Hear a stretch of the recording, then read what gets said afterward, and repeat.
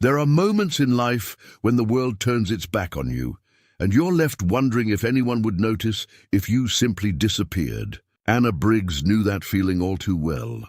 In the winter of 1878, the town of Pine Hollow cast her out into a blizzard with nothing but the clothes on her back. Her husband was dead, his debts unpaid, and nobody wanted the burden of a penniless widow.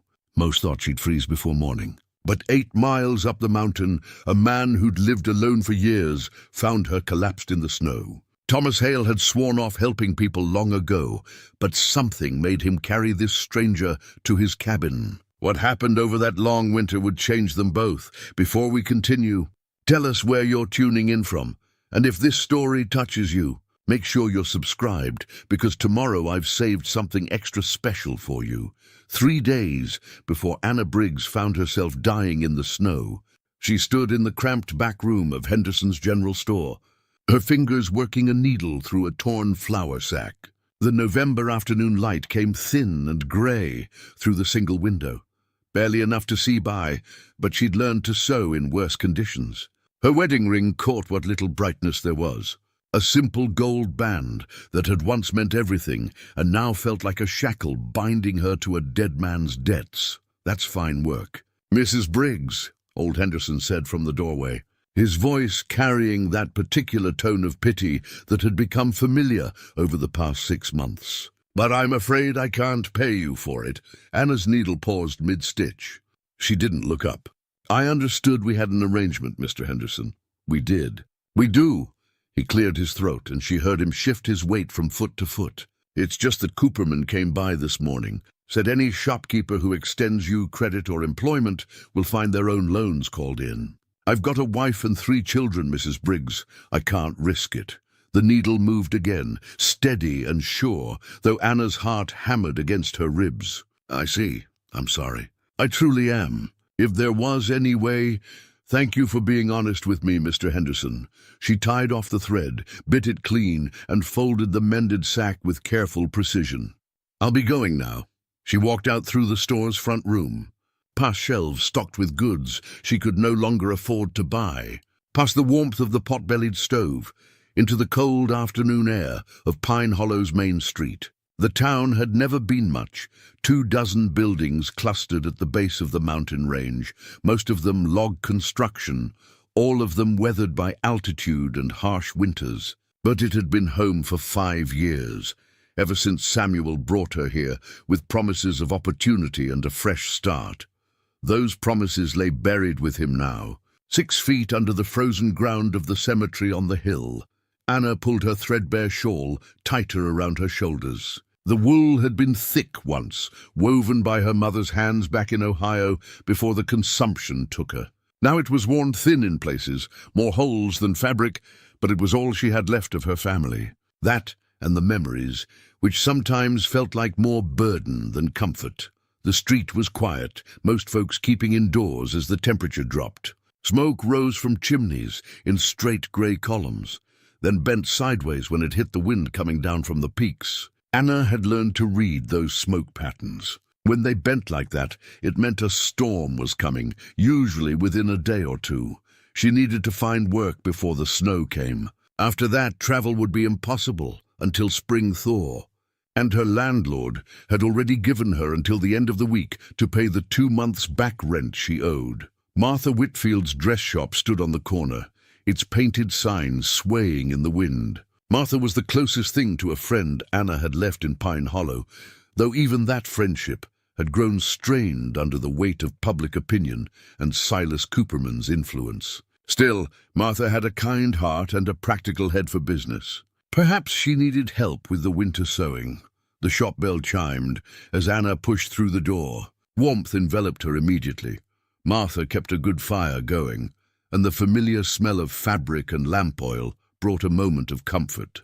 The shop was empty of customers, just Martha herself at the work table, pinning a dress pattern to dark blue wool. "Anna." Martha looked up, and her face showed the conflict Anna had seen so often lately. Sympathy warring with fear, kindness held back by self-preservation. "I wasn't expecting you. I was hoping you might have some work.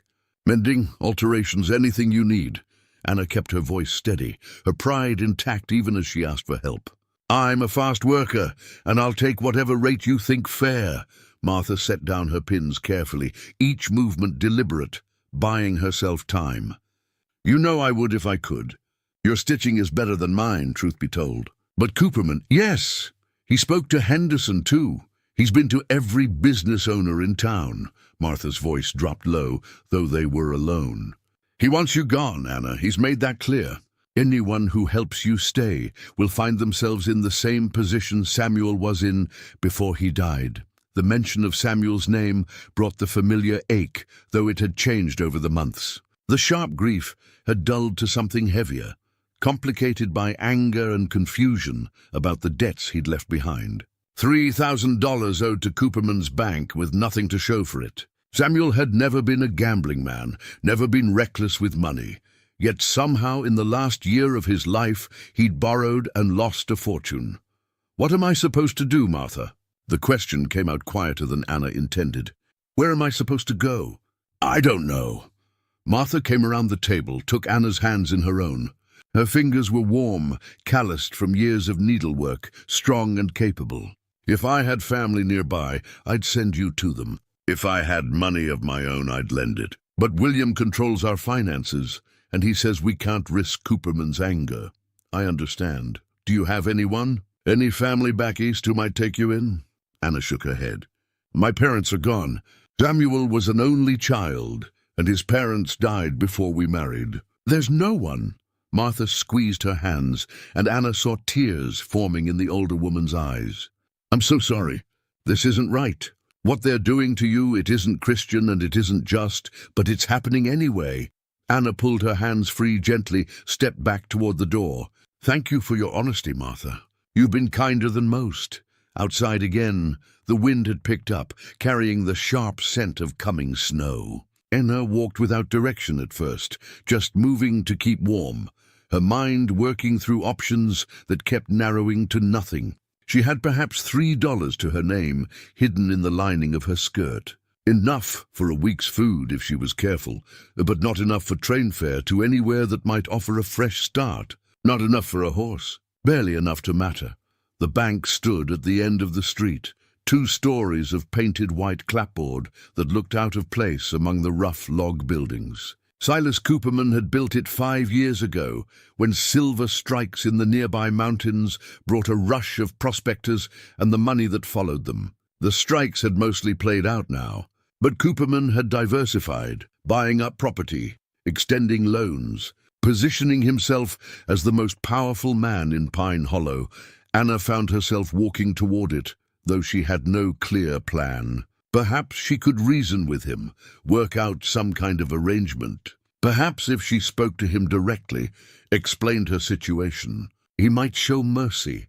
The thought was desperate and she knew it, but desperation had become her constant companion. The bank's interior was warm, heated by a large iron stove in the corner. A young clerk sat at a desk near the front, and he looked up as Anna entered, his expression shifting immediately from professional courtesy to poorly concealed disdain. "Mrs. Briggs, Mr. Cooperman isn't seeing anyone today. Wait, he specifically said he's not seeing you." Anna moved past the clerk toward the door marked "Private" at the back of the room. The clerk stood quickly, his chair scraping loud against the wood floor. But before he could intercede, the door opened and Cooperman himself emerged.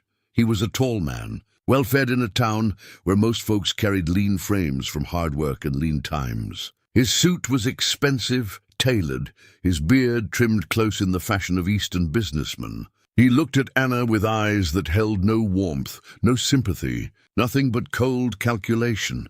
"Mrs. Briggs, I thought I'd made our situation clear. You've made it impossible." "Mr. Cooperman, that much is clear." Anna stood straight, met his gaze. "I'm asking you to reconsider. Give me time to find work, to pay what Samuel owed. I'm willing to work off the debt however long it takes. Your husband owed $3,000. At your earning potential, you'd be working it off for the next 20 years. Cooperman pulled a watch from his vest pocket, checked it, then returned it. The gesture was dismissive, designed to show her how little her time was worth to him. I have no interest in such an arrangement. Then what do you want from me? I want you gone from Pine Hollow. Your husband made poor choices, Mrs. Briggs, and those choices have consequences. You represent those consequences, and your continued presence here is a reminder I don't care to have. Anna's hands clenched inside her shawl. Samuel wasn't a gambler. He wasn't foolish with money. I don't understand how these debts accumulated. Something flickered in Cooperman's expression, too quick to read. How your husband spent his borrowed money is between him and his conscience. The debt, however, is a matter of public record. You have until Sunday to vacate your residence. After that, I'll have the marshal remove you. It's Wednesday. That's 4 days. There's a storm coming, Mr. Cooperman. You can see it in the sky. Then I suggest you hurry. He turned back toward his office, then paused. A word of advice, Mrs. Briggs. Don't bother seeking employment here. I've made it clear to every business owner that helping you remain in Pine Hollow will result in consequences they can't afford. You have no future here. The sooner you accept that, the easier this will be for everyone. The door closed behind him with a soft click that sounded like a cell door locking. Anna stood in the bank for a long moment, the clerk watching her with uncomfortable attention, before she turned and walked out into the afternoon that had grown noticeably colder. The sun hung low behind clouds that looked heavy with snow, and the wind had taken on that peculiar bite that promised a hard freeze by nightfall. She had 4 days, no prospects, and nowhere to go. Friday morning came with a sky the color of old pewter and wind that cut through fabric like it wasn't there at all. Anna stood on the porch of the boarding house with everything she owned tied in a bundle made from a spare blanket. Mrs. Grayson had barely spoken to her, just watched with tight-lipped disapproval as Anna carried her belongings down the stairs. The street was empty this early, most people keeping to their warm houses with the storm so close. Anna could taste snow in the air, that particular metallic sharpness that came before a heavy fall. The mountains to the west had disappeared entirely behind low clouds, and the wind carried the smell of pine and ice. She started walking.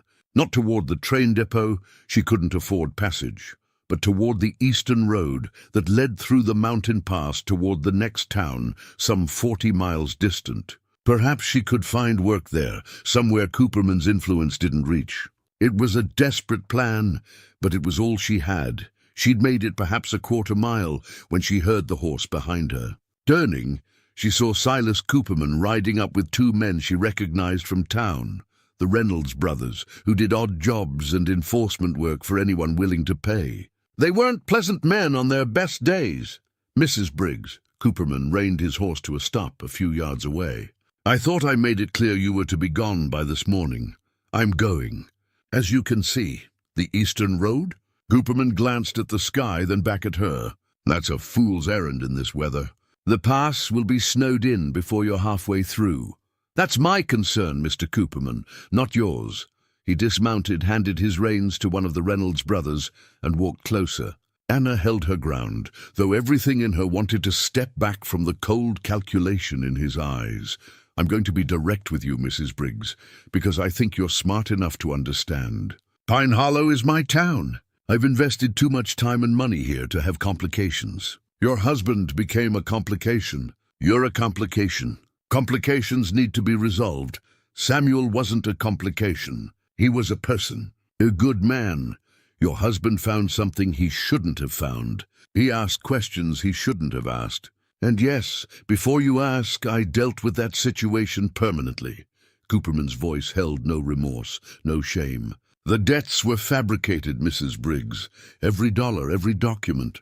Your property, that small piece of land Samuel bought when you first arrived, sits directly over a silver vein that assayers say could be worth $500,000. Samuel discovered it last spring. Foolishly, he came to me for a loan to begin proper mining operations. Even more foolishly, he showed me the assay report. Anna's breath caught. The bundle slipped from her fingers into the snow. I offered to buy the land. He refused. So I created debt, made it look like he'd squandered money he'd borrowed. When he continued to refuse to sell, despite the pressure of mounting loans, I arranged for his accident. Cooperman pulled on his gloves, the gesture casual, as if they were discussing weather rather than murder. The roof he fell from had boards I'd paid to saw halfway through. It was quick, at least. I'm not needlessly cruel. You killed him. The words came out flat, emotionless, though Anna felt like the ground had dropped away beneath her feet. You murdered my husband for silver. I eliminated an obstacle, and now I'm eliminating the other. You're going to walk east, Mrs. Briggs, into that storm. The Reynolds brothers are going to make sure you keep walking, far enough that when the snow comes, you won't be able to turn back. With any luck, you'll die of exposure before nightfall. If you somehow survive and manage to return, I'll simply arrest you for theft. I have documents prepared claiming you stole from the bank, and you'll hang. Either way, by spring the land will be legally mine through debt foreclosure, and I'll begin mining operations. Anna's mind raced, trying to process what she was hearing. Samuel hadn't gambled. He'd discovered silver. He'd been murdered. And now Cooperman was calmly explaining that he intended to kill her too. Why tell me this? Why not just let me leave and say nothing? Because I want you to know, in whatever final hours you have, that your husband died for a reason, that his death meant something. Call it professional respect. He was resourceful, I'll give him that.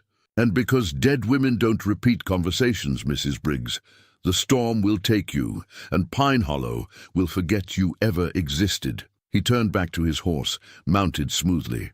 Gentlemen, escort Mrs. Briggs well beyond the point of return. Make sure she understands that coming back would be even more fatal than going forward.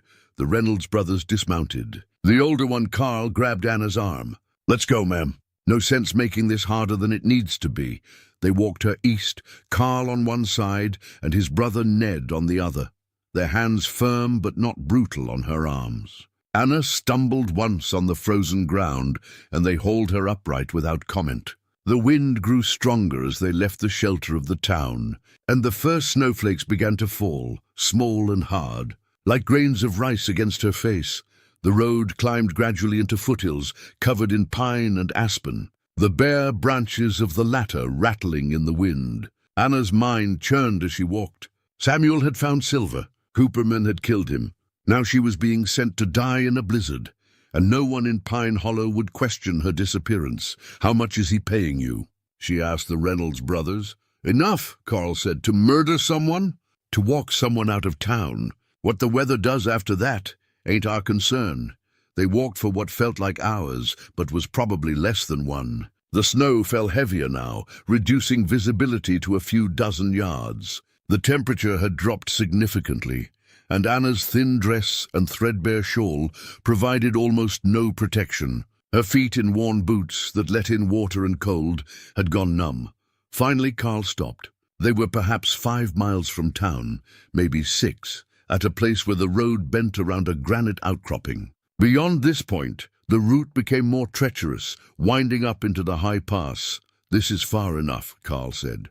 You keep walking, Mrs. Briggs. Don't try to come back. If we see you in Pine Hollow again, Cooperman's orders are to shoot you on sight and claim you were trespassing. You're killing me just as surely as if you pulled a trigger. Like I said, the weather does what it does. But Carl looked uncomfortable, and his brother wouldn't meet her eyes.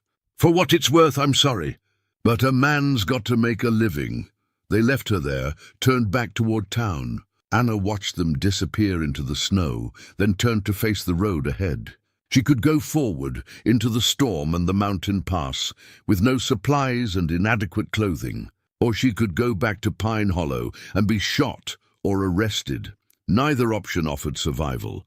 She started walking forward because it was the only direction that didn't guarantee immediate death. The snow fell heavier with each step, already accumulating on the road and making footing treacherous. The wind drove straight into her face, stealing her breath, burning her exposed skin.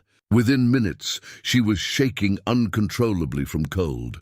Her mind began to wander, memory mixing with present. She remembered her wedding day, Samuel nervous and earnest as he spoke his vows. She remembered her mother teaching her to sew, patient hands guiding her smaller ones. She remembered the first time she'd seen the mountains, how big and permanent they'd seemed, how she'd thought nothing could move them or change them.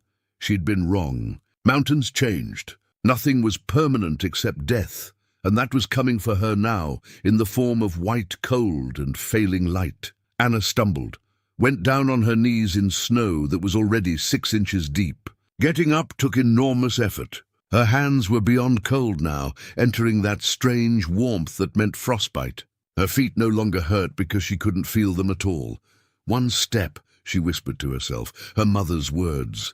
Then another. She took that step. And another. And another. The world narrowed to the few feet of road visible ahead, to the mechanics of lifting each foot and placing it forward, to the simple act of continuing to breathe, even though the air felt like knives in her lungs. She had no sense of time passing, no awareness of distance covered. There was only snow and cold, and the dimming light as afternoon moved toward evening. She fell again, and this time getting up seemed impossible. The snow was soft here, almost welcoming. Part of her mind recognized that as a danger sign. She'd heard stories of people freezing, how the cold made you want to sleep, made you believe you were warm when you were dying. But she was so tired. Anna lay in the snow and thought about Samuel. At least she'd learned the truth. At least she knew he hadn't betrayed her, hadn't gambled away their future. He'd been trying to secure that future, and it had cost him his life. There was some comfort in that, cold comfort perhaps, but real nonetheless. The light was almost gone now. Anna couldn't feel most of her body. She tried to move her fingers and wasn't sure if they responded. The snow had covered her partially, a white blanket that would soon be a white grave. "I'm sorry," she whispered, though she wasn't sure who she was apologizing to. Samuel, perhaps. Her mother. Herself for not being stronger, smarter, more capable of survival.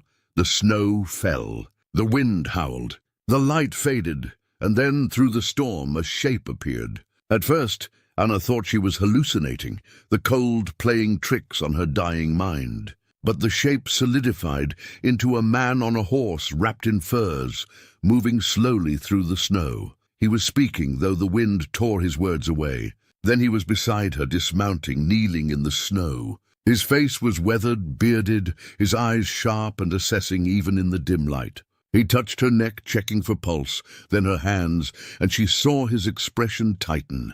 "Can you hear me?" His voice was deep, rough from disuse, but not unkind. Anna tried to speak, but couldn't make her jaw work properly. She managed a slight nod. "I'm going to pick you up. It's going to hurt when the blood starts moving again. But that means you're alive." He moved with practiced efficiency, wrapping her in what felt like a fur cloak, massive, heavy, warm, before lifting her into his arms. She weighed nothing to him, and he moved easily despite the burden, placing her across his horse before mounting behind her. 8 miles to my cabin. Stay awake if you can. Talk to me. What's your name?" Anna." The word came out slurred. "I'm Thomas. Thomas Hale. You're going to be all right, Anna. I've got you." The ride that followed existed in Anna's memory as fragments. The warmth of the fur against her skin. The solid presence of Thomas behind her, one arm holding her secure. The rhythmic movement of the horse. Pain beginning to return to her extremities, sharp and intense, exactly as Thomas had warned. She tried not to cry out, but small sounds escaped her. "That's good," Thomas said. "Pain means the damage isn't permanent yet. We're almost there." The cabin appeared through the snow, like something from a dream, a solid log structure tucked against a hillside, smoke rising from its chimney. Thomas dismounted, lifted Anna down, and carried her inside. The warmth hit her like a physical blow. A fire burned in a stone fireplace, and the cabin was blessedly warm after hours in the killing cold. Thomas laid her on a bed covered in furs, then immediately went to work removing her wet clothing. His movements were impersonal, clinical. He'd done this before. "Frostbite on your hands and feet," he said, more to himself than to her. "Not too severe yet, but another hour, and you'd have lost fingers and toes." "What in God's name were you doing out in a blizzard?" Anna's teeth chattered too hard to answer. Thomas wrapped her in blankets, layered them thick, then left her for a moment to prepare something at the stove. He returned with a cup of lukewarm broth. "Drink slowly." Your body needs to warm from the inside, too. She managed a few sips before exhaustion pulled her under. The last thing she saw before darkness took her was Thomas's face, weathered and serious, watching her with an expression that might have been concern or might have been regret that he'd gotten himself involved in someone else's trouble. When Anna woke, she didn't know how much. Later, the cabin was dim, lit only by firelight. Her body ached everywhere, a deep bone pain that suggested she'd come very close to not waking at all. But she was alive. Thomas sat by the fire working on something with his hands. A compass lay on the table beside him, brass and worn, catching the firelight. He seemed lost in thought, his profile sharp against the flames. "Thank you," Anna said, her voice raspy. He looked over, nodded once. "You're awake. That's good. How do you feel?" "Like I nearly froze to death." "Because you did." He rose, came to check her hands and feet, his touch gentle despite his rough appearance. "You'll keep all your fingers and toes, I think." "But it was close, Mrs. Briggs." "Enna Briggs. Well, Mrs. Briggs, you're going to tell me why a woman was walking alone into a blizzard with no supplies and inadequate clothing. But first, you're going to eat and rest. The storm's not letting up. We're snowed in for at least a week, probably longer." He brought her more broth, and this time she managed half the cup before exhaustion claimed her again. As she drifted back into sleep, she heard Thomas moving around the cabin, banking the fire, preparing for the long storm. And she realized that Cooperman had been wrong about one thing. She hadn't died in the snow. Against all odds, someone had found her. Now she just had to figure out how to survive what came next. Anna woke to pale light filtering through a small window and the sound of wood being chopped outside. Her body still ached, but the bone-deep cold had been replaced by a different sensation, warmth, almost painful in its intensity. As if her body was relearning what it felt like to not be freezing. She sat up slowly, testing her limbs. Her fingers and toes throbbed, but responded to her commands. The cabin came into focus around her, small but well-built, everything in its place, with the efficiency of a man who lived alone and knew the value of organization. A table and 2 chairs, shelves holding supplies in neat rows, a stone fireplace with a good fire burning, furs and blankets, tools hanging on the walls. The brass compass she'd noticed last night sat on a shelf near the window. Her own clothes hung near the fire, dry now, though they looked even more threadbare in daylight. Her mother's shawl lay carefully folded on the table, and Anna felt a rush of gratitude that Thomas had saved it, had taken the time to dry and fold it with care. The door opened, bringing a rush of cold air and Thomas himself carrying an armload of split wood. He was a big man, she realized now in better light, tall and broad-shouldered, dressed in wool and leather that had seen many seasons. His beard was more grey than dark, his face lined by weather and age. She guessed him to be in his middle 40s, perhaps a bit older. "You're up." He set the wood by the fireplace, brushed snow from his shoulders. "That's good. I was starting to worry you'd sleep another day. How long have I been here?" 3 days. "You've been fevered most of that time. The cold got into you deep. I've been getting broth and water into you when you were conscious enough to swallow, but you probably don't remember." Anna didn't remember. 3 days. The storm still raged outside. She could hear the wind howling around the cabin's walls. 3 days of Thomas caring for her, a complete stranger. Why? The question came out before she could stop it. Thomas looked at her, his expression unreadable. "Why what? Why did you help me?" "You don't know me. I could be anyone. A thief, a criminal running from the law." He was quiet for a moment, then moved to the stove to pour coffee from a pot that looked like it had been there since dawn. He handed her a cup, tin warm in her hands, and sat down at the table with his own. "I was a scout in the war. Union Army. I learned field medicine because on long reconnaissance missions, you couldn't always get back to a proper surgeon. After the war, I've pulled 3 people out of snow over the years. 2 of them lived. The one who didn't, I found her too late.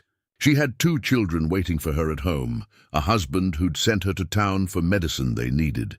He drank his coffee, stared into the cup. I swore after that I'd never leave someone to die in the mountains if I could help them. So that's why. Not because I know you, but because I couldn't live with myself if I didn't try." The answer was simple, honest, and it made Anna's throat tight. "The two who lived, do you know what happened to them?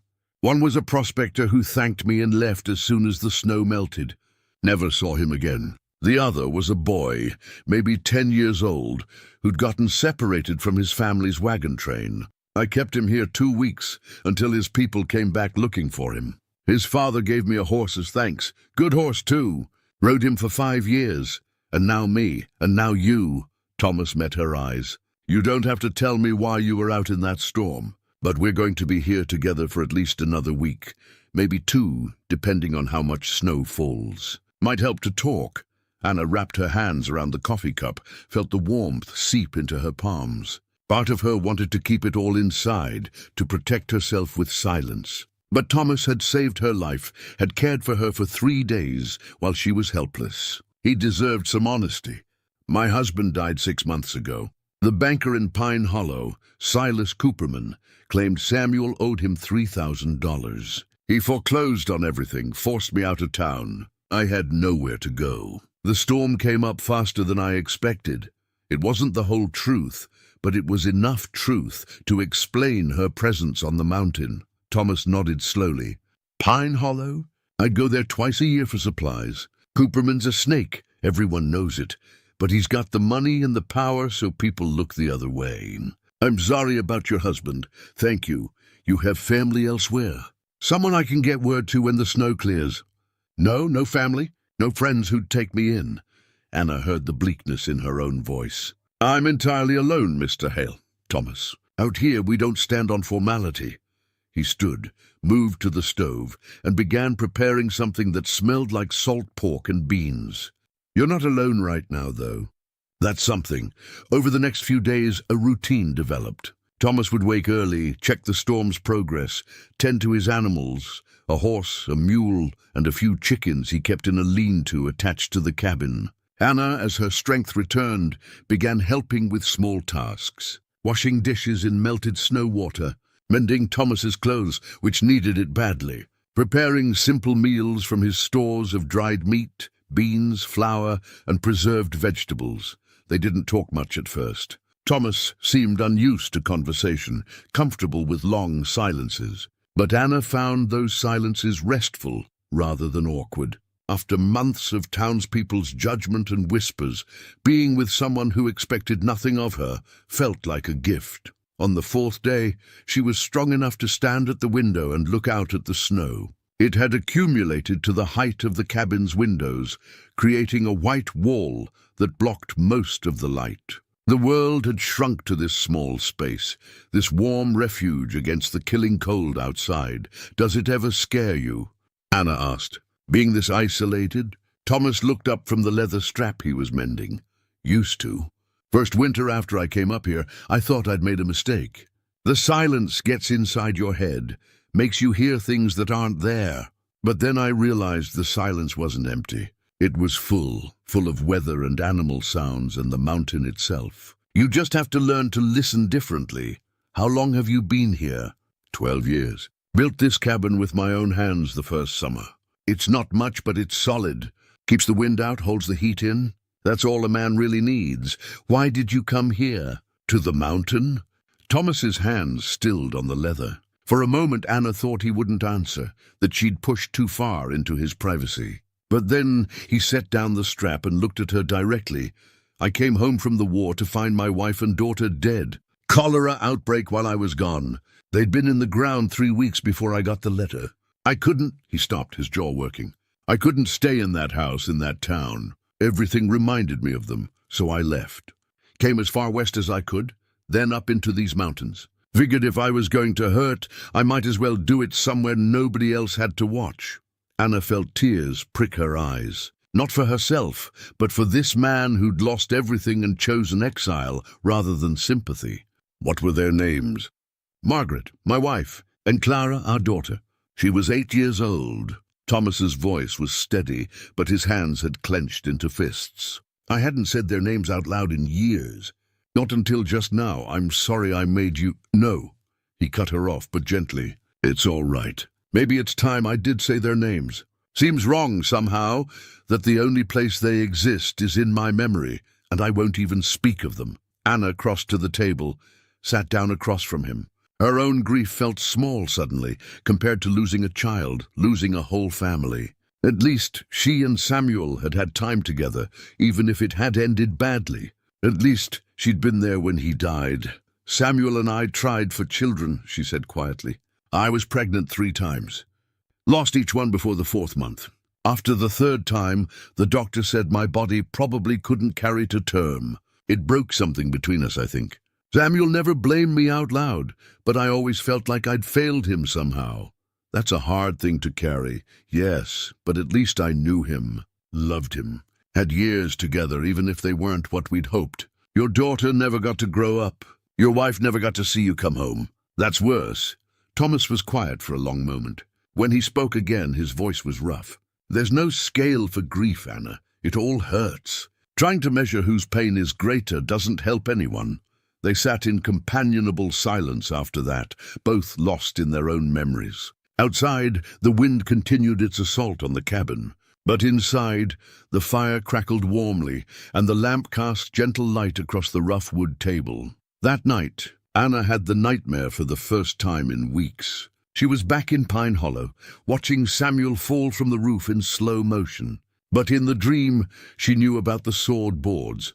Knew Cooperman had arranged it, and she was screaming for Samuel to stop, to get down. He couldn't hear her. He never heard her. And then he fell, and she woke gasping in the darkness. Thomas was there immediately, a lamp lit, his hand on her shoulder. You're safe. You're in the cabin. It's just a dream. Anna's heart hammered against her ribs. She could still see Samuel falling over and over. I'm sorry. I didn't mean to wake you. I'm a light sleeper. Always have been. He handed her a cup of water, waited while she drank. The war? My husband. He fell from a roof. I dream about it sometimes. Falling's a bad way to go. I'm sorry. Anna looked at him in the lamplight. This stranger who'd saved her life and was now sitting beside her bed in the middle of the night, offering quiet comfort without asking for explanations. On impulse, she reached into the bodice of her nightgown, one of Thomas's shirts, actually, since her own things were still too damaged to wear, and pulled out the sealed letter she'd kept hidden for 6 months. Samuel left this for me. I found it in his workshop after he died. I haven't opened it. I've been too afraid of what it might say. Thomas looked at the letter but didn't reach for it. Why are you showing me? Because I think I need to open it, and I don't want to do it alone. He nodded once. All right. I'll stay. Read it or don't read it, your choice. But I'll be here either way. Anna broke the seal with shaking hands. The paper was cheap, the handwriting Samuel's familiar scrawl. She'd seen it on shopping lists, on notes left for her when he worked late. Now it was all she had left of him. The letter was short. Anna, if you're reading this, I'm likely dead and my plan has failed. I discovered silver on our property. Assay confirms it's worth a fortune. Cooperman knows. He's offered to buy me out for a fraction of its value, and when I refused, he began creating false debt records. I've kept evidence, hidden it where he won't find it. But I'm afraid he'll do more than ruin me financially. I'm afraid he'll kill me to get the land. I'm sorry for keeping this from you. I wanted to handle it myself, to protect you. That was foolish pride. If I'm dead, Cooperman will come after you next. Don't trust him. Don't believe anything he says about debt or contracts. The evidence is hidden in the false bottom of my toolbox, the one I kept in the workshop. Take it to the territorial marshal in Helena if you can. It proves everything. The real assay report, Cooperman's forged loan documents, all of it. I love you. I'm sorry I failed you in this. I hope you can forgive me. Samuel Anna read it twice, then a 3rd time, her hands trembling. Samuel had known. He'd known Cooperman was dangerous, had tried to protect her, had left evidence. And she'd spent 6 months believing he'd gambled their money away, believing the worst of him. He knew, she whispered. He tried to warn me. Thomas read the letter when she handed it to him, his expression darkening. Cooperman killed him. The fall wasn't an accident. No. Cooperman admitted it to me. Before they— Anna stopped, realized she'd said too much. Before they what, Anna? She told him then. All of it. Cooperman's confession, the Reynolds brothers walking her into the storm, the deliberate plan to let her die of exposure. The words tumbled out in a rush, and once started, she couldn't stop. When she finished, she was crying, months of grief and fear and anger finally breaking through. Thomas listened without interrupting. When she was done, he stood, paced to the window, looked out at the snow-covered darkness. "I should have left you in town," he said finally. "Should have known there was more to the story. You saved my life. Don't regret that. I'm not regretting saving you. I'm regretting that I can't ride down there right now and put a bullet in Cooperman." Thomas's voice was hard, colder than she'd heard it. "He murdered your husband, tried to murder you, and he'll get away with it if something isn't done.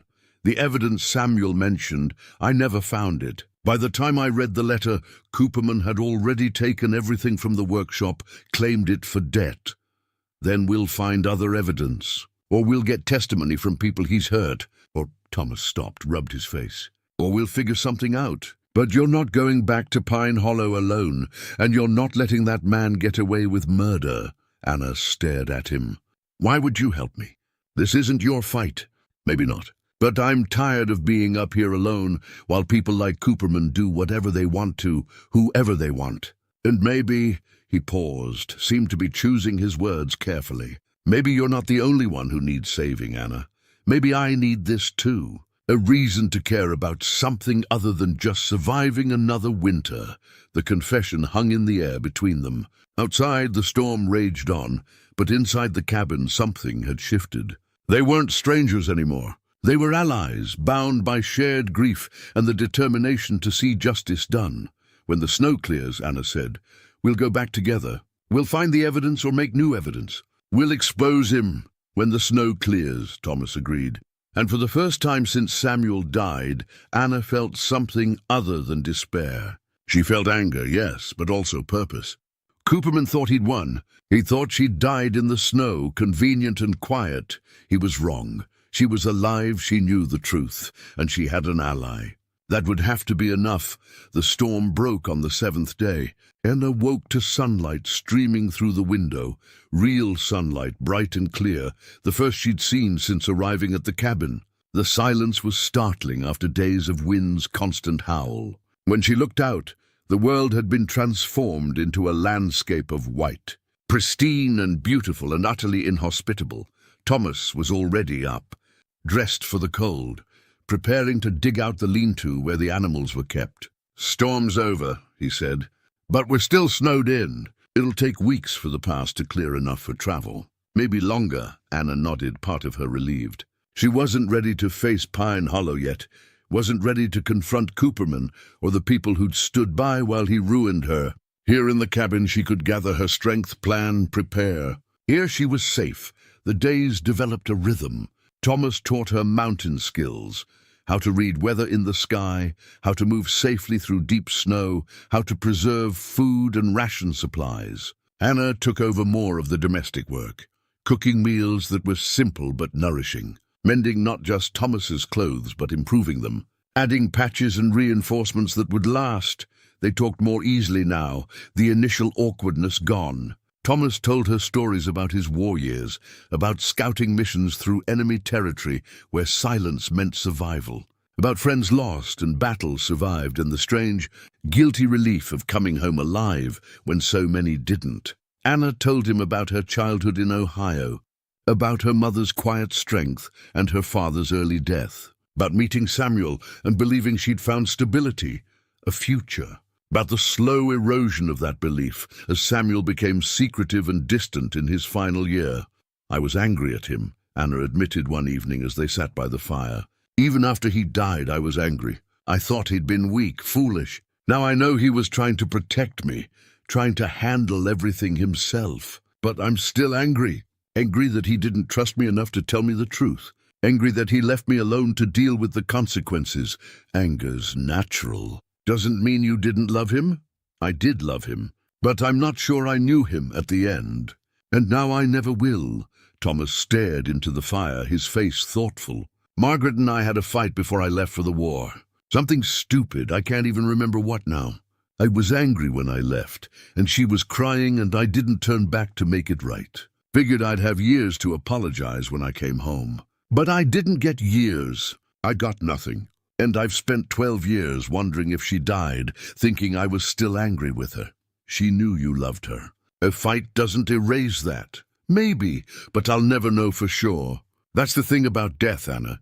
It leaves all these questions behind, all these conversations you'll never get to have. All you can do is make peace with the uncertainty. 2 weeks into their isolation, Anna was folding laundry when she found it. A small tin box tucked behind a loose board in the wall, near where she slept. It had clearly been there a long time, the tin spotted with rust, and she almost put it back without opening it. But curiosity won. Inside was a daguerreotype. A woman and a young girl, both dressed in their Sunday best, both smiling slightly in the way people did for photographs. The woman was pretty in a quiet way, dark-haired and serious-eyed. The girl had her mother's face, but her expression was brighter, less guarded. Margaret and Clara, it had to be. Anna studied the photograph for a long time. These two people who'd shaped Thomas's life so completely through their loss. She understood now why he'd come to the mountains, why he'd chosen isolation. With this much love lost, what was there to return to civilization for? She was still holding the photograph when Thomas came in from checking his snares. He froze when he saw it, his face going carefully blank. "I'm sorry," Anna said quickly. "I found a loose board, and the box was behind it. I shouldn't have opened it." Thomas stood motionless for a long moment, then slowly crossed to the table. He took the tin box from her hands, looked down at the photograph. "I haven't looked at this in 3 years, maybe 4. I told myself it was easier not to. Easier to forget their faces than to remember." His voice was quiet, almost wondering. "But I haven't forgotten. I see them every time I close my eyes. They were beautiful. They were everything." Thomas sat down heavily, still holding the photograph. Clara wanted to be a teacher. She loved books, learning, could read before she was 5. Margaret used to say she'd gotten all her smarts from her mother, none from me. She was probably right. Tell me about them. Not about their deaths, about their lives. What was Clara like? Thomas looked up at her, something raw and painful in his expression. "Why? Because they deserve to be remembered, and because you deserve to speak about them without it being a tragedy. They were people, Thomas. They had lives and personalities and quirks. Tell me about those things." For a moment, Anna thought he'd refuse, would put the photograph away and return to his usual silence. But instead, he leaned back in his chair and began to talk. Clara couldn't whistle. "She tried for months. I spent a whole summer trying to teach her. She'd purse her lips and blow, but nothing but air came out. She got so frustrated she cried once, and Margaret laughed and said maybe whistling wasn't a necessary life skill. But Clara was stubborn. Even after I left for the war, she was still trying. Margaret wrote me about it in her letters." Anna smiled. "And your wife? What was Margaret like?" "Practical. She could stretch $1 further than anyone I ever knew. During lean times, she'd make 1 chicken last a week, and we'd eat better than when we had money. She kept a garden that was the envy of the neighborhood, and she sang, not well, mind you, but constantly, while she cooked, while she cleaned. Drove me crazy sometimes, but I'd give anything to hear it again. The words came slowly at first, then faster, 12 years of silence breaking like a dam. Thomas talked about his family, about ordinary days and small moments that had meant everything. And Anna listened, holding space for his grief and his love and the terrible weight of survivorship. When he finally stopped, the lamp had burned low and the cabin had grown cold. Thomas sat with the photograph in his hands, tears on his face, but his expression was peaceful in a way Anna hadn't seen before. "Thank you," he said quietly, "for asking, for listening. I didn't know how much I needed to talk about them. You can talk about them any time. I'd like to hear more, if you want to share." Thomas nodded, carefully put the photograph back in its tin box. But this time, he set the box on the shelf near his bed, in plain sight. Not hidden anymore, not forgotten. That night, Anna woke to find Thomas standing at the window, looking out at the moonlit snow. She started to turn over, give him privacy, but he spoke without turning. I was thinking about leaving. Going back to the war, in a way. There's a place in Montana, a fort that needs scouts and guides. Steady work, decent pay. I was planning to go there when spring came, leave this cabin behind. And now I don't know. You've reminded me what it feels like to have a purpose beyond just surviving. To care about something, about someone. He turned to face her. I'm not saying this to make you uncomfortable. I know you're grieving Samuel. I know you're dealing with Cooperman and everything that happened. But I want you to know that helping you, being here with you, it's meant something to me. More than I expected. Anna sat up, pulled the blanket around her shoulders. It's meant something to me too. You saved my life, Thomas. More than just from the snow. You saved me from believing I was alone in the world, that no one cared what happened to me. You're not alone. Not anymore. The words hung between them, heavy with unspoken implications. Anna felt something shift in her chest, a warmth that had nothing to do with the fire. It was too soon, she told herself. Samuel had been gone less than a year. She had no business feeling anything for another man, especially in these circumstances. But she felt it anyway. And from the way Thomas looked at her, careful and hopeful and afraid all at once, she knew he felt it too. When we go back to Pine Hollow, Anna said carefully, when we face Cooperman, I need to do that first, before anything else. I need to clear Samuel's name, get justice for him. I owe him that, I know, and I'll help you do it. No expectations, Anna, no demands. Just let me help. Let me stand with you. I'd like that. They didn't talk more that night, but something had been said without words. A possibility had been acknowledged carefully, like a candle flame sheltered from wind. It might grow or it might gutter out, but it was there, small and warm and alive. Over the following days, as February gave way to early March, Anna noticed changes in herself. She was stronger physically, the mountain work and Thomas's teaching, having built muscle and endurance she hadn't possessed before. But more than that, she felt stronger inside. The woman who'd walked into the blizzard had been broken, defeated, ready to die. The woman who would walk out when spring came was different. She had purpose. She had an ally. And she had anger, clean and righteous, directed at a man who'd thought himself untouchable. Cooperman had made a mistake when he sent her into that storm. He'd assumed the mountain would kill her, that nature would do what he was too cautious to do directly. But the mountain hadn't killed her. Instead, it had given her time to heal, to plan, to prepare.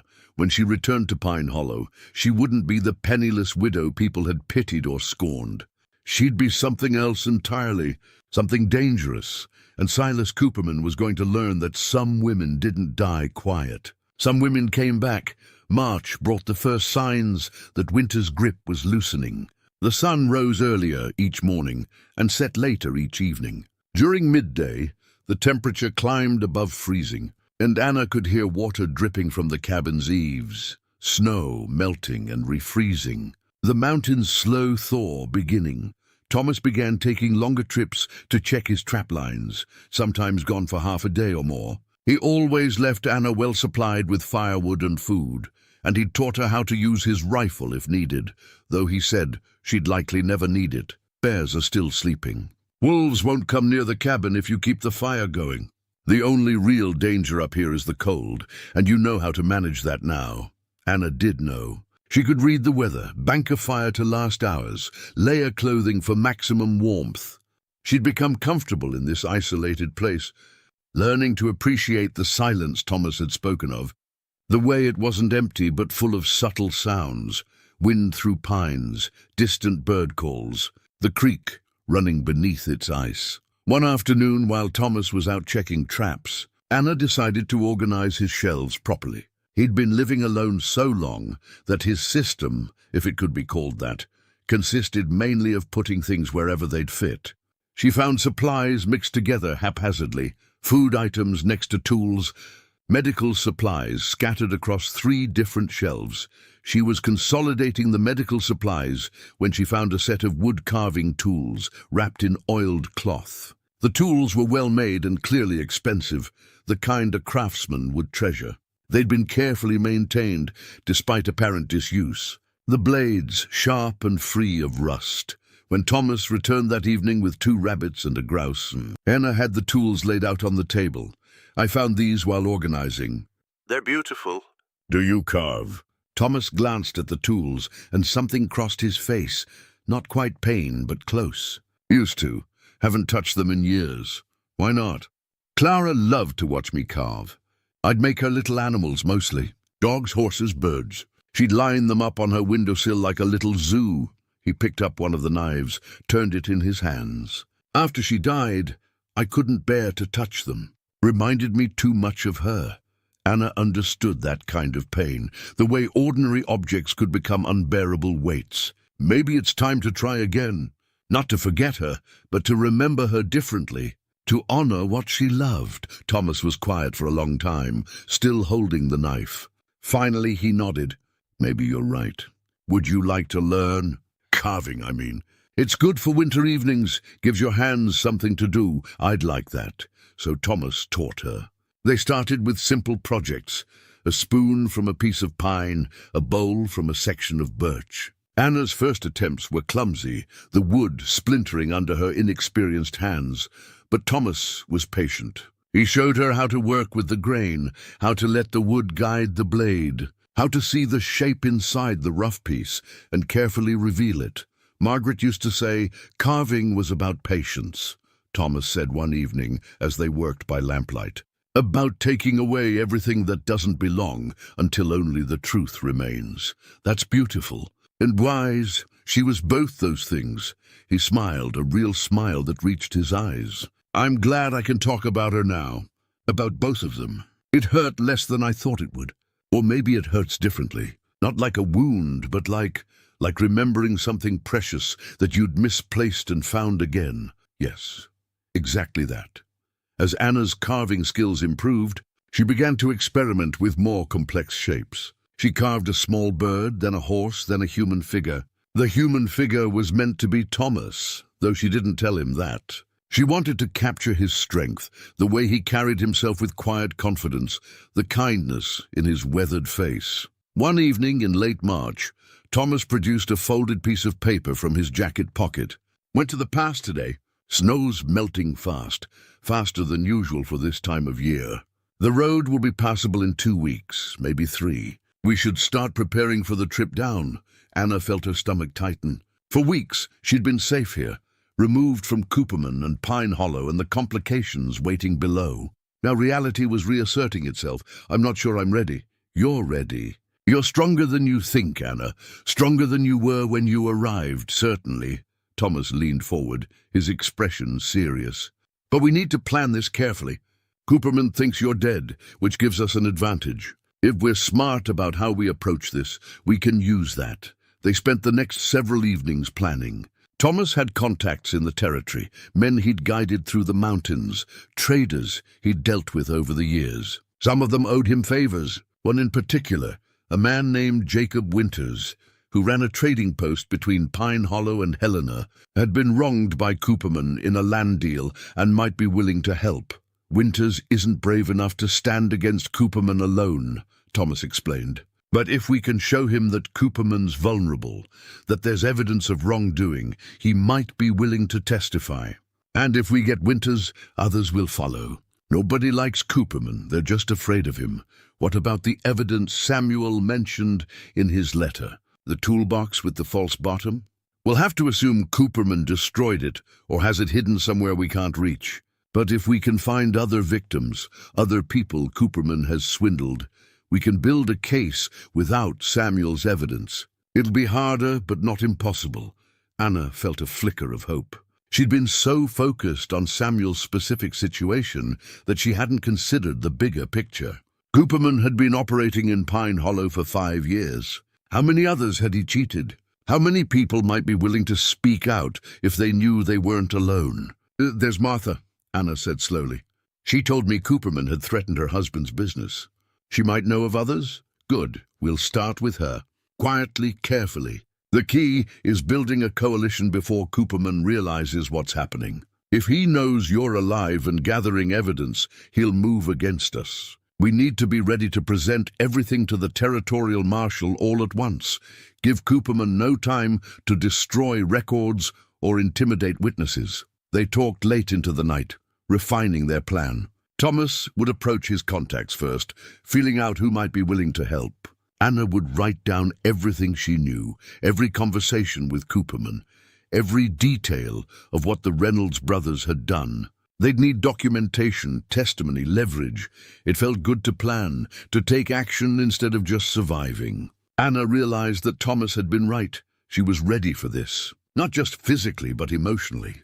The woman who'd walked into the blizzard would have been too broken to fight, but the woman who would walk out was different. The mountain had tested her and she'd endured.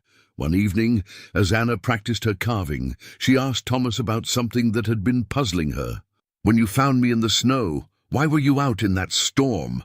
You'd mentioned a supply run, but most people would have turned back when it got bad." Thomas's knife paused on the wood. "I'd gone to the trading post, Winter's place. Got what I needed and started back. The storm came up faster than I expected. I should have waited it out at Winter's, but I was anxious to get home. Don't know why. Just had a feeling I needed to be back at the cabin." A feeling? I don't claim to understand it. Maybe I heard something on the wind, or saw something without realizing I'd seen it. Maybe it was just luck. But when I found you, he looked at her directly. I almost didn't stop. I was cold, tired, wanted to get home. But something made me look twice at that shape in the snow. And I'm glad I did. So am I. I think Thomas hesitated, choosing his words carefully. I think maybe we were both meant to survive that storm. You, obviously, but me too. I'd been dying up here, Anna, just slowly, going through the motions of living without any real purpose. You gave me a reason to care again, to want something more than just another season, another year. Anna set down her carving. "What do you want, Thomas? After we deal with Cooperman, after all this is over, what do you want?" He was quiet for a long time. "I want to not be alone anymore. I want to wake up in the morning and have someone to talk to. I want to build something, not just maintain it. I want—" He stopped, then finished in a rush. "I want what I had with Margaret and Clara, not to replace them, but to have that kind of connection again. That sense of home, with me, if you're willing. I know it's too soon. I know you're still grieving Samuel. But yes, with you if you'll have me. Not now, not until you're ready. But someday." Anna's heart beat fast. Part of her felt guilty for even considering this, for feeling anything for another man so soon after Samuel's death. But Samuel was gone, and she was alive, and Thomas was offering her something she'd thought she'd lost forever. A future, a partnership, a home. "I don't know if I'm ready," she said honestly. "But I know I want to find out. After we finish in Pine Hollow. After I've cleared Samuel's name and seen Cooperman answer for what he did. Maybe then we can talk about what comes next. That's enough for me. More than enough." The next day, Thomas rode down to check the pass and came back with news. "Road's clear enough for travel. We can leave day after tomorrow if you're ready."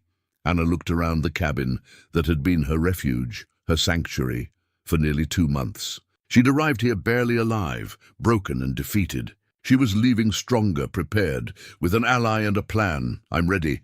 They spent the next day preparing. Thomas checked and cleaned his weapons, a rifle and a pistol, both well maintained. Anna packed the few belongings she had, including her mother's shawl, now mended and clean. Thomas gave her one of his extra coats, heavy wool that would keep her warm on the ride down. That final evening, Anna finished the carving she'd been working on, a pine box. Small but intricately decorated with carved scenes of the mountain, the cabin, trees bent under snow. Inside, she placed her mother's shawl, Samuel's letter, and the photograph of Thomas's family that he'd given her permission to keep for our memories, she explained when she showed it to Thomas. "The things that shaped us, the people we loved and lost. We carry them with us, but we don't have to carry them as burdens. They can be treasures instead." Thomas examined the box, running his fingers over the carved details. "This is beautiful work. You've learned well. I had a good teacher." That night, Anna lay awake, listening to the familiar sounds of the cabin, the fire's crackle. Thomas's steady breathing from his bed across the room, wind in the pines outside. Tomorrow, they'd begin the journey back to civilization, back to conflict and confrontation and uncertainty. But tonight, she was safe. Tonight, she was home, in the unexpected sanctuary the mountain had provided. In the darkness, Thomas's voice came quiet. "Anna, I want you to know, whatever happens in Pine Hollow, whatever we face, you're not alone in it. I'll stand with you, I know." "Thank you, Thomas. It's not just debt I'm paying, or obligation I'm meeting. It's more than that." Anna understood what he wasn't quite saying. "I know. For me too." Silence settled again, but it was a comfortable silence, full of understanding and the beginning of something neither of them was quite ready to name, but both felt growing between them like the first. Green shoots of spring pushing through melting snow. Tomorrow they'd face the world. But tonight they could rest. The ride down from the cabin took most of the day. The mountain trail was treacherous with snowmelt, sections washed out or thick with mud that sucked at the horses' hooves. Thomas led the way on his sorrel gelding, Anna following on the mule, steadier and more sure-footed than a horse in these conditions. They didn't head straight for Pine Hollow. Instead, Thomas guided them northwest toward Winter's trading post, a day's ride from the town. Better to approach this carefully, to gather allies before facing Cooperman directly. Anna found herself studying Thomas as they rode, seeing him differently now in the broader world. In the cabin, he'd been her whole universe, their relationship existing in isolation. But out here, watching him navigate the trail with practiced ease, she saw him as others might see him, a capable mountain man, weathered and strong, a guide worth following. Around midday, they stopped to water the horses at a creek running fast with snowmelt. Thomas produced jerky and hardtack from his saddlebags, and they ate standing, neither wanting to sit in the wet ground. "How far to Winter's place?" Anna asked. "Another 4 hours if the trail stays passable." "We'll get there before dark." Thomas scanned the sky, reading weather signs. "Clear through tomorrow, I'd say. Good traveling weather. What if Winters won't help us? Then we find someone else." But Winters is practical. Show him that Cooperman is vulnerable, that there's profit or safety in opposing him, and he'll come around. He's not brave, but he's not foolish either. They remounted and continued. As they descended, the landscape changed. Snow gave way to mud and dead grass. Bare aspens showed the first hint of bud on their branches. Spring came earlier at lower elevations, and Anna felt almost dizzy at the sudden abundance of space and light after months in the cabin's close confines. By late afternoon, they emerged from the forest onto a rough road that led to Winter's trading post. The building was larger than Anna expected, a 2-story log structure with a wide porch and several outbuildings. Smoke rose from 2 chimneys, and she could see a corral with several horses and a vegetable garden just beginning to green. A man emerged from the main building as they rode up. Mid-50s, stocky, with suspicious eyes and a shotgun held casual but ready. He studied them for a long moment before recognition crossed his face. "Thomas Hale, thought maybe you died up in those mountains." "Not yet, Jacob." Thomas dismounted, then helped Anna down. "This is Mrs. Anna Briggs. We need to talk, and it's best done inside." Winters looked at Anna with open curiosity, but he nodded and gestured them in. The trading post's interior was dim and crowded with supplies, barrels of flour and sugar, shelves of canned goods, tools and traps and ammunition. A massive stone fireplace dominated one wall, and several chairs clustered near it. Winter's wife appeared from a back room, a thin woman with watchful eyes and work-hardened hands. "You'll be wanting supper, I expect." "Got stew and fresh bread." "That would be welcome, thank you," Anna said. Over the meal, Thomas laid out the situation. He didn't hold back. He told Winters everything, from Samuel's discovery of silver to Cooperman's murder of him to the attempt on Anna's life. Winters listened without interrupting, his expression growing darker as the story progressed. When Thomas finished, Winters sat back and let out a long breath. "That's quite a tale.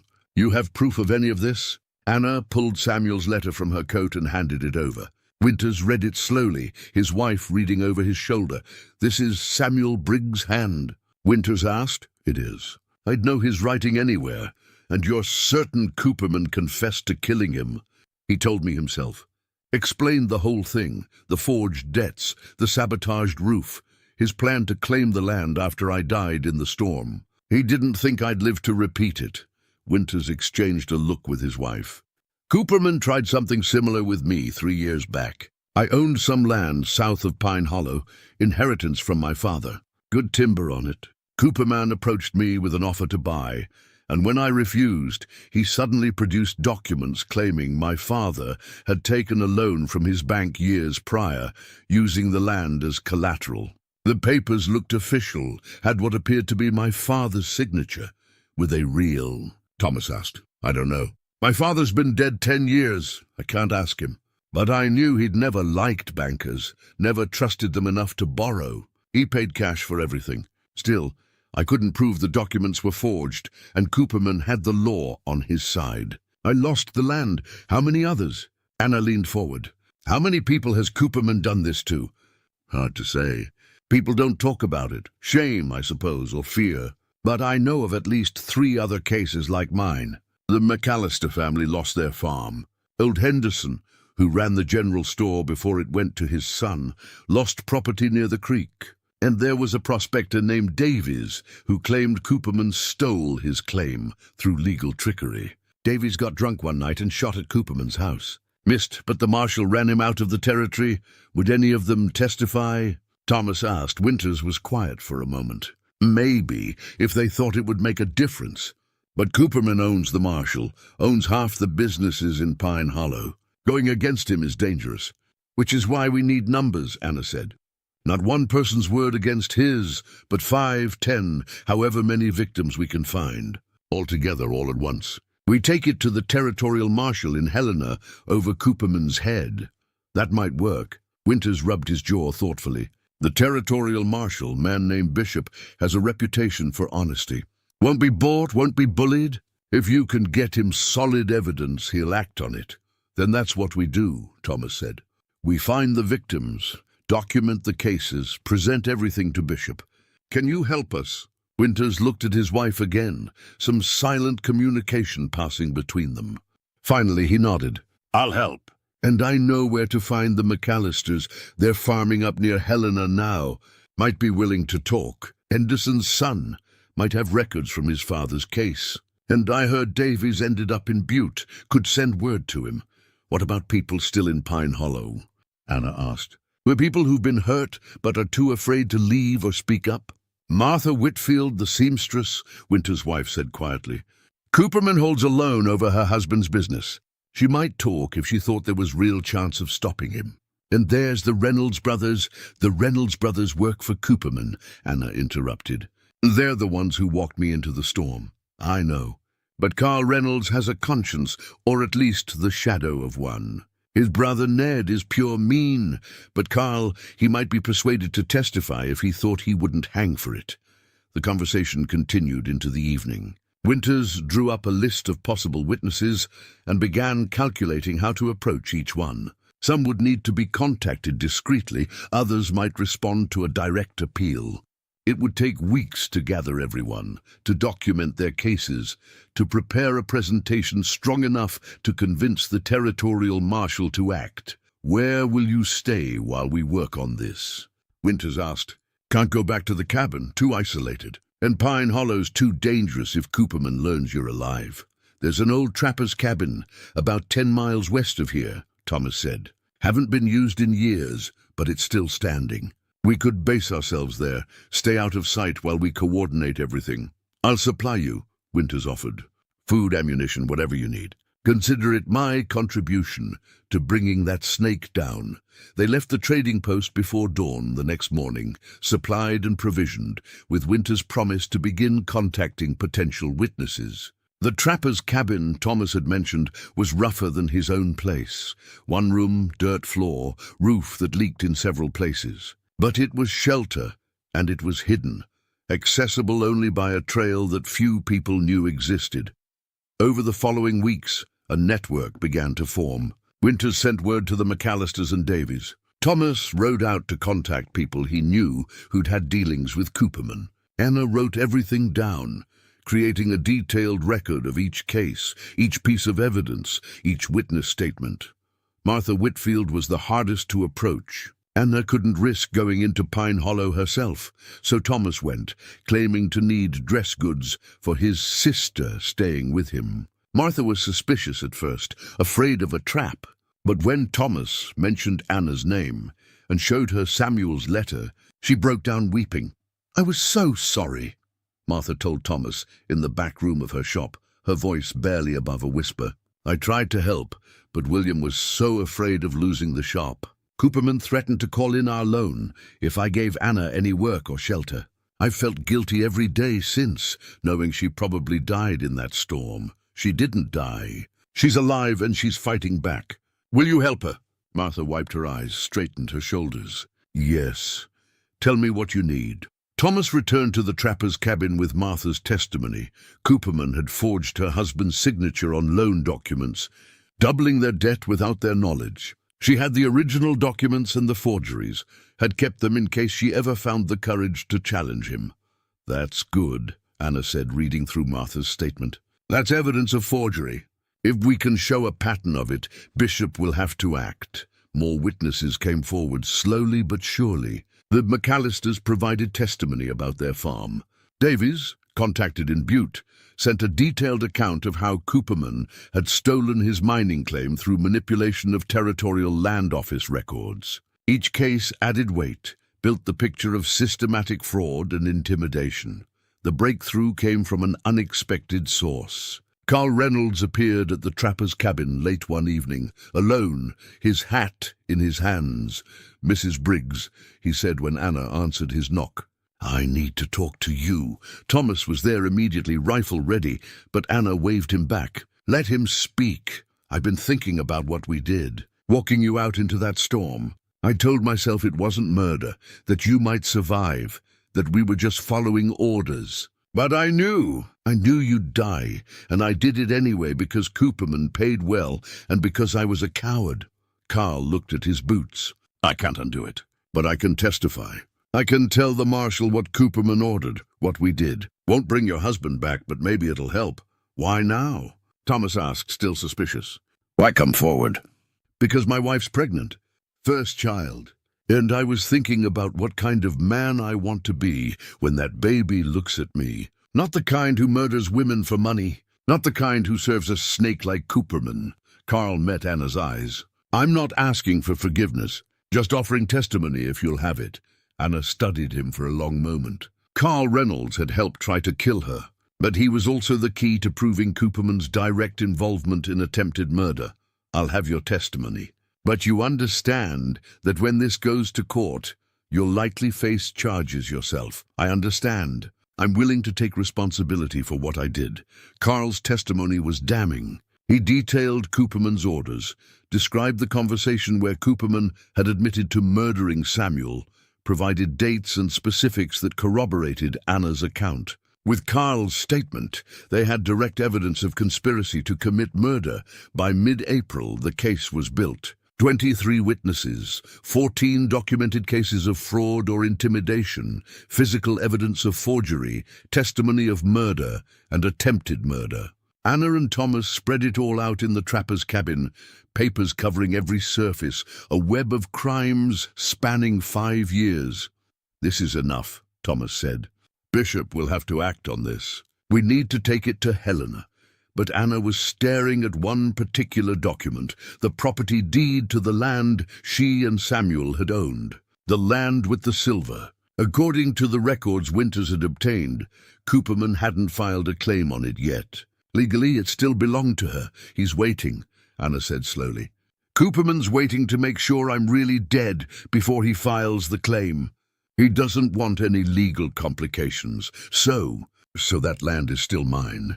Which means the silver is mine. Which means," Anna looked up at Thomas, realization dawning, "which means we have leverage. Real leverage. Not just testimony, but financial pressure.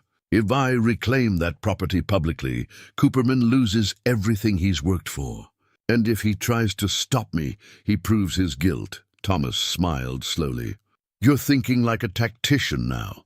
I'm thinking like someone who's learned from a good teacher. Anna began gathering the documents. We go to Helena. We present this to Bishop. We get legal backing to reclaim my property. And then we go back to Pine Hollow and watch Silas Cooperman's world fall apart. For the first time since Samuel's death, Anna felt something that might have been joy. Not happiness. The grief was still too fresh for that. But satisfaction, anticipation, the prospect of justice after months of powerlessness. Cooperman thought he'd won. He thought he'd gotten away with murder, theft, intimidation, fraud. He thought himself untouchable. He was about to learn otherwise.